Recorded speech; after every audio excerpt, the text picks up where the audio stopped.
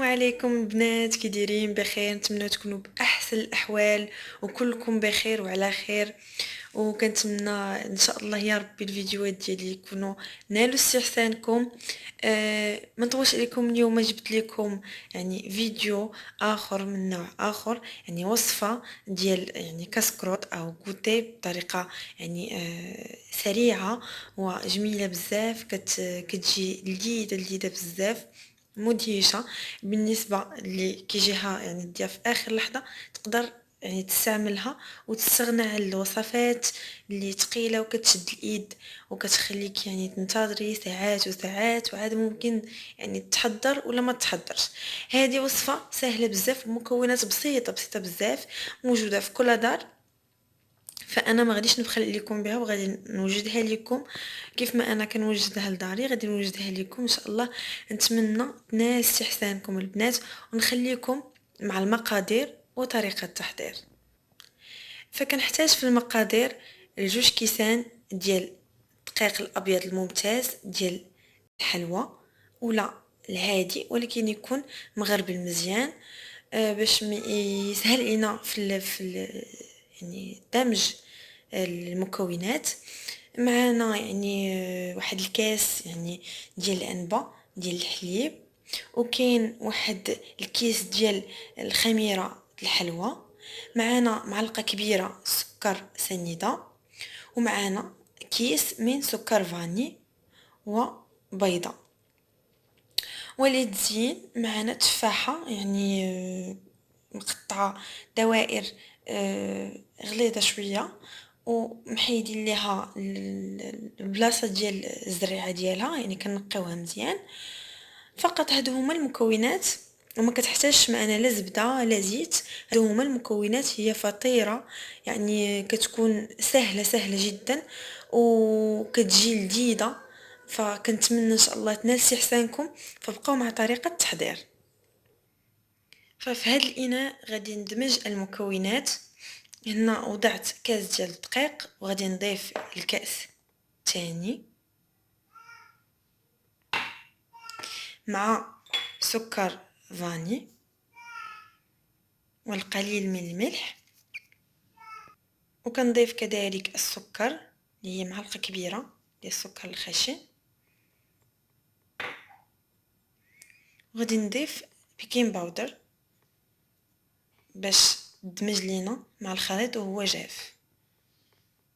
وهنا ضفت البيضه اللي عندنا، وغادي نضيف معها كاس ديال الحليب اللي هو بحرارة الغرفة.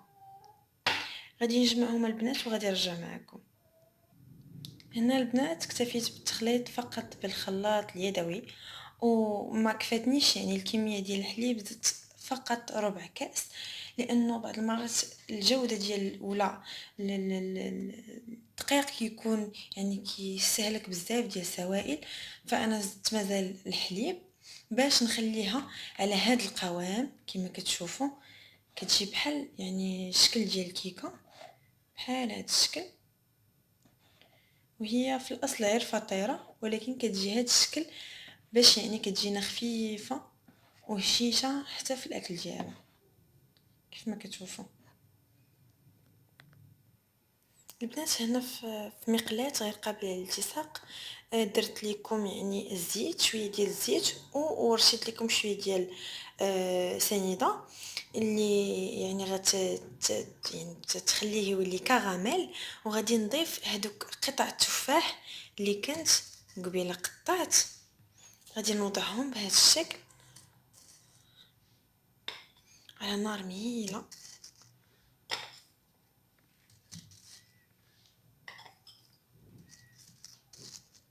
كيجيو على هذا الشكل بشكل متساوي.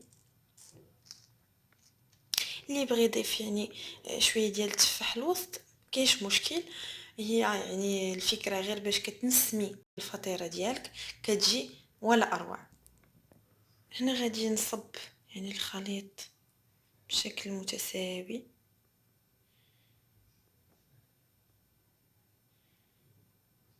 غادي نقادو مزيان ونرجع معكم. هنا البنات قديت الخليط ديالي فكيبان لكم باقيين كيبانوا يعني شرائح ديال التفاح، فمن بعد من غيتنفخ ما غاديش يبقاو يبانوا مزيان، غادي يتغطاو بديك العجين لانها فيها يعني الخميره، فغتطلع شويه ما غاديش تبقى بنفس يعني المنظر ديال الاول. فبقاو معايا غادي نطيبها على نار مهيله وغادي نقلبها وغادي نوضعها معكم باش تشوفوا يعني كيفاش كتكون هاد الفطيره.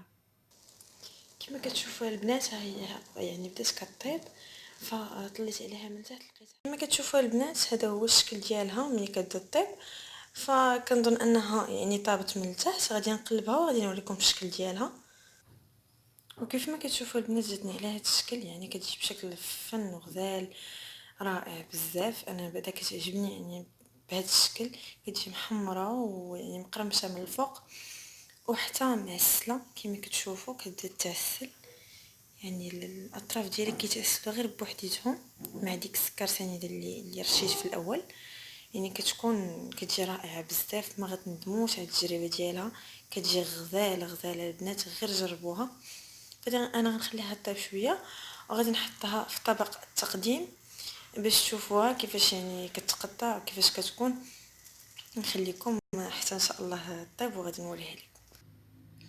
وهذا هو الشكل النهائي ديال الفطيره ديالنا، كتجي على هذا الشكل، يعني كتجي رائعه بزاف وكلها معسله وهشه بزاف.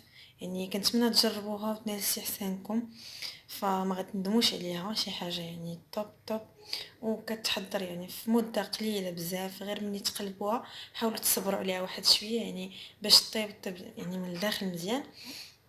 فكنتمنى تكون الوصفه ديالي عجباتكم البنات نالت استحسانكم عفوا، وكنتمنىو تشاركوا معايا في القناه ديالي وتدعموني بلي لايك وبتعليق ديالكم، وكنشكركم بزاف على المتابعه وشكرا.